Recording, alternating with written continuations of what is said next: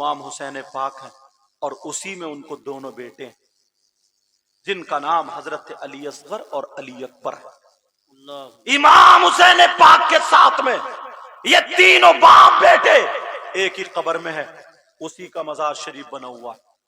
سمجھ رہے میری طرف کو میری بات؟ اور ادھر برابر میں باقی شہداء کا مزار شریف، جتنے شہداء تھے سب ادھر برابر میں، اور ادھر برابر میں کو ایک صحابی رسول سمجھے جن کا نام حبیب بن مظاہر ہے، وہ بھی اس وقت موجود تھے حضرت۔ وہ یہ کہتے تھے حبیب ان لوگوں کو بتاؤ، تم تو صحابی ہو، کیا میرے نانا مجھے کاندھے پہ نہیں بٹھاتے تھے؟ ان لوگوں کو بتاؤ کیا میرے نانا نے نہیں کہا جو حسین کا نہیں وہ میرا نہیں؟ کیا نہیں کہا ہے؟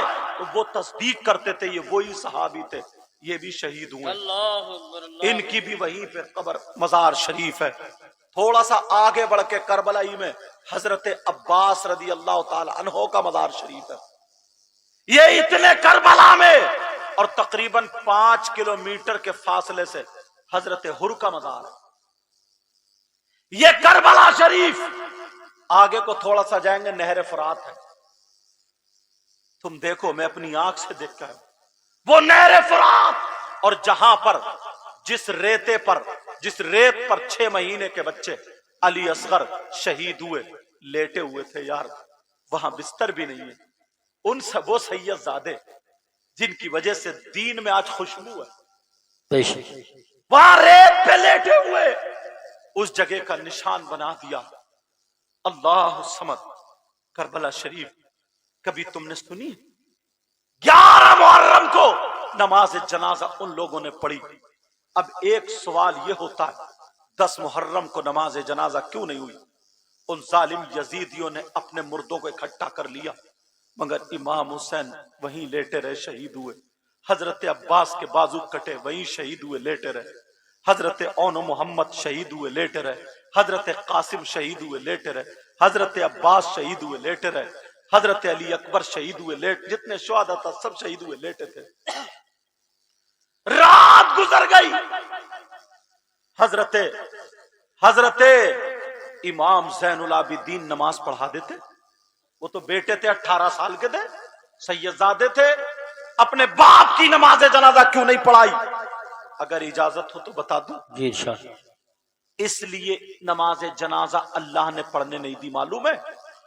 10 محرم کو مسئلہ یہ ہے، اگر نمازی جس جنازے کی نماز پڑھ رہے ہیں اگر وہ جنازہ کسی اللہ کے ولی کا ہے، جنتی کا ہے، تو اس کے صدقے میں نمازی جنتی ہو جاتے ہیں۔ یا پھر جس کی نماز پڑھ رہے ہیں پڑھنے والوں میں کوئی اللہ کا ولی ہے، اس کے صدقے میں وہ جنتی ہو جاتا ہے۔ واہ واہ واہ، سبحان یہ اللہ، مسئلہ تو اللہ نے اس لیے روک دیا۔ سنو یزیدیوں، کربلا میں ضرور اگر امام زین العابدین نماز پڑھانے کھڑے ہو جاتے تو کوئی نہ کوئی یزیدی ضرور کربلا میں زین العابدین کے پیچھے نماز جنازہ پڑھ لیتا۔ حسین پاک کے صدقے میں زین العابدین کی وجہ سے وہ جنتی ہو جاتا۔ اس لیے میرا حسین صرف ولی ہی نہیں بلکہ ولیوں کا سردار ہے، میرا حسین صرف جنتی ہی نہیں بلکہ جنتیوں کا سردار ہے، میرا حسین آل رسول ہے، میرا حسین صحابی رسول ہے، میرا حسین جنت کا پھول ہے، میرا حسین شہیدوں کا سردار ہے۔ اس لیے اللہ نے روک دیا، اگر حسین پاک کی نماز جنازہ کوئی یزیدی پڑھ لیتا تو وہ جنتی ہو جاتا۔ اللہ کو یہ ہرگز گوارا نہیں تھا جو نبی کی اولاد کو ستائے وہ جنت میں جائے، ہرگز نہیں۔ اور حسینیوں جنت تمہارے لیے ہے اور یزیدیوں کے لیے جہنم ہے۔ بے شک، سبحان اللہ۔ نعرہ تکبیر، نعرہ رسالت، نعرہ غوثیت، مسلک اعلی یزیدیوں حضرت۔ کے لیے جہنم ہے، اس لیے نہیں۔ اب سنو دوسری بات، امام حسین پاک کو کفن دیا گیا یا نہیں؟ تو نہیں، حسین پاک کو کفن شریف نہیں دیا گیا۔ جن کپڑوں میں شہید ہوئے انہی کپڑوں میں آپ کو دفن کر دیا گیا۔ کیوں؟ اللہ تعالی جب حسین چھوٹے سے تھے رونے لگے، عید صبح کو ہے، تم نے سنا ہوگا صبح کو عید ہے، امی جان ہمیں کپڑے چاہیے کپڑے چاہیے کپڑے چاہیے، اللہ نے جنت سے جوڑا بھیجا تھا۔ جب اللہ تعالیٰ جنت سے کپڑے بھیج سکتا امام حسین کے لیے تو کیا جنت سے کفن نہیں بھیج سکتا تھا؟ جی جی بے شک۔ جب کھانا پکا ہوا بھیج سکتا ہے جنت سے تو کیا کپڑے نہیں بھیج سکتا تھا؟ جب جھولا جھلانے کے لیے فرشتوں کی کچھ کی ڈیوٹی لگ جائے اور آ جائیں حاضر ہو جائیں، یا خدمت تو نہیں کہہ سکتا میں، ان کی حفاظت کے لیے اگر حاضر ہو جائیں تو کیا جنت سے اللہ تعالیٰ کپڑے نہیں بھیج سکتا تھا؟ مگر کپڑے کیوں نہیں بھیجے وہ بھی بتا دو۔ حسین پاک کے کپڑے کفن کے کیوں نہیں بھیجے؟ اس لیے نہیں بھیجے، کفن وہ شہید کئی طریقے کا ہوتا ہے۔ ایک شہید وہ ہوتا ہے جس کو شریعت مصطفیٰ میں غسل دیا جاتا ہے، بے شک۔ اور ایک وہ ہوتا ہے جس کو غسل نہیں دیا جاتا ہے، ایک وہ ہوتا ہے جس کو کفن دیا جاتا ہے، ایک وہ ہوتا ہے جس کو کفن نہیں دیا جاتا۔ اگر کوئی عورت، اس کی پیدائش کا وقت ہے، پیدائش کے وقت میں اس کا انتقال ہو جائے تو وہ عورت شہید ہے، اس کو غسل و کفن دیا جائے گا۔ اگر کوئی چھت پہ سے گر کے مر جائے تو وہ بھی شہید ہے، اس کو بھی غسل و کفن دیا جائے گا۔ کوئی دیوار سے دب کے مر جائے وہ بھی شہید ہے، اس کو بھی غسل و کفن دیا جائے گا۔ کوئی پیڑ سے گر کے مر جائے وہ بھی شہید ہے، اس کو بھی غسل و کفن دیا جائے گا۔ کوئی ٹکرا کے مر جائے وہ بھی شہید ہے، اگر قابل غسل ہے تو غسل اور کفن دونوں دیے جائیں گے۔ اگر ڈوب کے مر جائے وہ بھی شہید ہے تو اس کو بھی غسل و کفن دیا جائے گا۔ اگر کوئی جل کے مر جائے اور اس کا جسم قابل غسل ہے تو غسل و کفن دیے جائیں گے، وہ بھی شہید ہے لیکن اس کو بھی غسل و کفن دیا جائے گا۔ ہاں ایک وہ ہے جو صرف دین اور اسلام کی خاطر تلوار لے کر کے میدان میں زخمی ہو کر کے شہید ہو جائے تو ایسے شہید کو شریعت مصطفیٰ میں نہ غسل دیا جائے گا نہ کفن دیا جائے گا۔ اب مجھے بتاؤ امام حسین پاک کون سے والے شہید ہیں؟ وہی شہید ہے جو میدان میں زخمی ہو کر کے شہید ہوئے تو شریعت مصطفیٰ کے اعتبار سے امام حسین پاک کو غسل و کفن نہیں دیا جائے گا۔ اس لیے نہیں دیا جائے گا کیونکہ بعض مولوی آج بھی حدیث قسطنطنیہ کو لے کر کے یہ کہتے ہیں کہ یزیدی جنتی ہے کیونکہ وہ قسطنطنیہ پہ اس نے پہلا حملہ کیا تھا۔ تمہیں معلوم نہیں ہے تو کوئی نہ کوئی مولانا یہ انگلی اٹھا دیتا اور یہ کہہ دیتا حسین پاک کو غسل و کفن شریعت کے خلاف دیا گیا ہے۔ ارے یہ تو وہ شہید ہے، نانا کی شریعت یہ ہے کہ ایسے شہید کو غسل نہیں دیا جاتا، نانا کی یہ شریعت ہے ایسے شہید کو کفن نہیں دیا جاتا، تو پھر اللہ نے کیوں بھیج دیا؟ شریعت کے خلاف حسین پاک کی تدفین ہوئی ہے تو میرے اللہ نے اس لیے نہیں بھیجا کہ حسین کے لیے کفن، اس لیے نہیں بھیجا میرا حسین وہ ہے کہ جب تک دنیا پر رہے شریعت مصطفیٰ پر رہے، حسین پاک دنیا پر آئے تو گود میں کھیلے شریعت کے نہیں بلکہ صاحب شریعت کی گود میں کھیلے۔ میرے حسین پاک وہ ہے جن کا بچپنا شریعت مصطفیٰ پر، جن کی جوانی شریعت مصطفیٰ پر، حسین پاک کا کھانا پینا اٹھنا بیٹھنا سونا جاگنا سب کچھ شریعت مصطفیٰ پر۔ اب مجھے بتاؤ حسین پاک دنیا میں آیا اور زندگی گزاری شریعت مصطفیٰ پر، آئے تو بھی شریعت مصطفیٰ پر، دنیا سے گئے تو بھی شریعت مصطفیٰ پر، تاکہ دنیا گئے کہ نواسے کا جواب ہے اور نہ پھر نانا کا جواب۔ سبحان اللہ، ماشاءاللہ ماشاءاللہ، نعرہ تکبیر، نعرہ رسالت، نعرہ غوثیت، مسلک اعلیٰ حضرت علماء اہل سنت۔ سبحان اللہ سبحان اللہ۔ سمجھ میں آگئی بات؟ حسین پاک رضی اللہ تعالی عنہ کتنی محرم کو نماز جنازہ ہوئی؟ 11 کو۔ کفن شریف نہیں دیا گیا۔ اور آگے چلو، یہاں سے گردن سے نیچے کا جسم حسین پاک کا کربلا شریف میں دفن ہے۔ کہاں پر بولو؟ اور سر پاک کو کہاں لے کر کے چلے؟ اب لے کے چل رہے ہیں یزیدی۔ ایک خوالی نام کا یزید تھا، اس کے ہاتھ میں نیزہ تھا، اور اس نیزے پہ امام حسین پاک کا سر تھا۔ حسینی اور یزیدی دو گروپ تھے۔ حسینی وہ تھے جن کی آنکھوں میں آنسو تھے، حسینی وہ تھے جن کے ہاتھ بندھے ہوئے تھے، کوئی تو تھے، بلکہ حسین پاک کے اور جو کود رہے تھے، ناچ رہے تھے، ڈھول بجا رہے تھے، خوشی منا رہے تھے، اور امام حسین پاک کے سر کو نچا رہے تھے، کدا رہے تھے، اور یہ کہہ رہے تھے کہ ہم کامیاب ہو گئے، ہم جیت گئے، فتح کے نعرے لگا۔ وہ کون تھے؟ اب ایمانداری سے بتاؤ، محرم کو لے کر کے جو کودتے ہیں، پھاندتے ہیں، ڈھول بجاتے ہیں، یہ سب کرتے ہیں، اب مجھے تم اتنا بتا دو یہ طریقہ ہے کس کا؟ بس فیصلہ تمہیں کرنا۔ اب فیصلہ تمہیں کرنا پڑے گا، کسی زور سے مفتی بتاؤ مفتی صاحب سے پوچھنے کی ضرورت تھوڑی ہے کہ صاحب مفتی صاحب نے فتویٰ دے دیا، یہ کر لیا، وہ کر لیا، ایسا کر لیا، ویسا کر لیا۔ یہ طریقہ یزیدیوں کا تھا۔ جا رہے ہیں لے کر کے، چلتے چلے جا رہے ہیں، یزیدیوں کا طریقہ۔ اب سنو، اللہ، امام حسین پاک رضی اللہ تعالیٰ عنہ وہی شہید ہو۔ ایک آیت ہے قرآن شریف کی، وَلَا تَقُولُوا لِمَنْ يُقْتَلُ فِي سَبِيلِ اللَّهِ أَمْوَاتٌ بَلْ أَحْيَاءٌ وَلَكِنْ لَا تَشْعُرُونَ، اور ایک جگہ بل احیاء عند ربهم يرزقون۔ سمجھ رہے میری بات؟ اس کا مطلب یہ ہے، بیٹا پھر ہنسنے لگے، اس کا مطلب یہ ہے کہ جو اللہ کی راہ میں قتل کیے جائیں انہیں مردہ نہ کہو، بلکہ وہ کیا ہیں؟